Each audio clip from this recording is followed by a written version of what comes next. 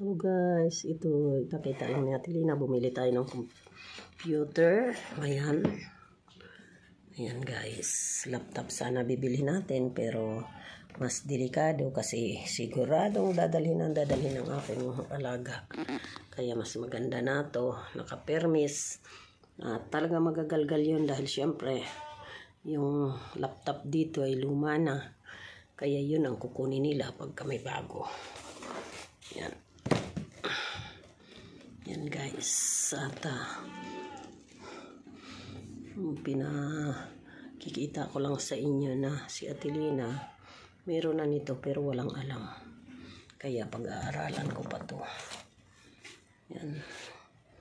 Hindi nahintay ng alaga ko na i-vlog ko muna. No? Pinuksan na. Pura ng apura. Kasi pasukan na.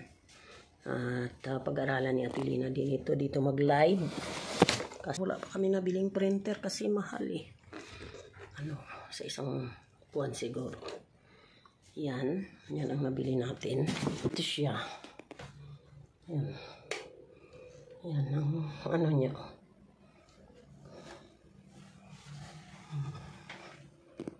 Yan. Siya open. Hindi siya katulad nung dati naming computer. Dati yung computer namin ganito. Ngayon, ayan, maganda siya.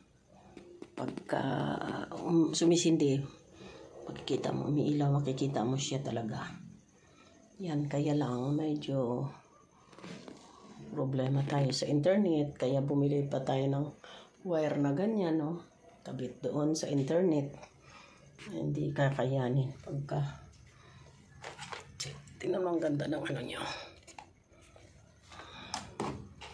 Kaya napaka yan. Pag-aralan ko muna bago dito mag-live kasi hindi pa ako marunong.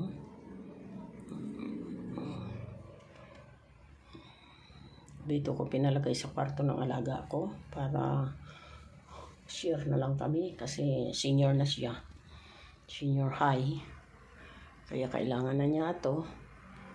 Yan, hindi pa kami nakabili ng printer. Siguro sa next month kung may awan Diyos. Unti-unti. Salamat sa umagang ito. O sa hapong ito. Good afternoon everyone.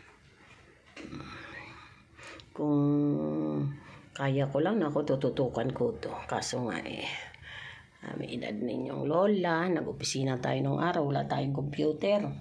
Typewriter ang ginagamit ko. Nung sekretary ako sa isang company. Yan.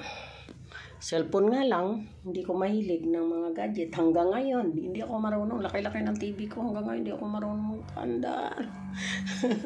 Tatawag pa, ewan ko. Nakabili na rin ako ng TV na galing sa abroad. Hindi rin ako marunong magpandar. Kaya, iba na talaga ang mga olds. Sige guys, salamat. Maraming salamat.